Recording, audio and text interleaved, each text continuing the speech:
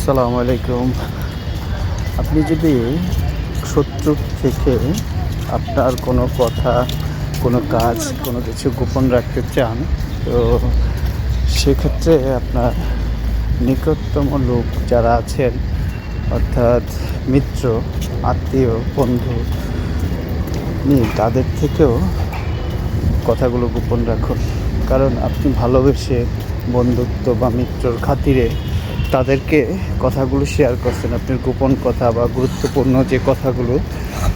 একটা সময় দেখবেন, যে কোনো সময় হতেই পারে শত্রুতে পরিণত হতে পারে, কথার অমিলের কারণে ঝগড়াঝাটি হতে পারে। সে সময় কিন্তু আপনার সেই মিত্র বা বন্ধু শত্রুতে পরিণত হয়ে যাবে। আর যখন সে শত্রুতে পরিণত হয়ে যাবে, ঠিক আপনি সবচেয়ে বেশি বিপদে পড়ে যাবেন। কারণ আপনার গোপন তথ্য, কথা, ইনফরমেশনগুলো আপনি কিন্তু তার কাছেই শেয়ার করেছিলেন। তো সেক্ষেত্রে আপনার নিজের গোপন বিষয়গুলো নিজের কাছেই গোপন রাখুন, শেয়ার করার কোনো দরকার নেই। এতে আপনি বেঁচে যাবেন। Thank you.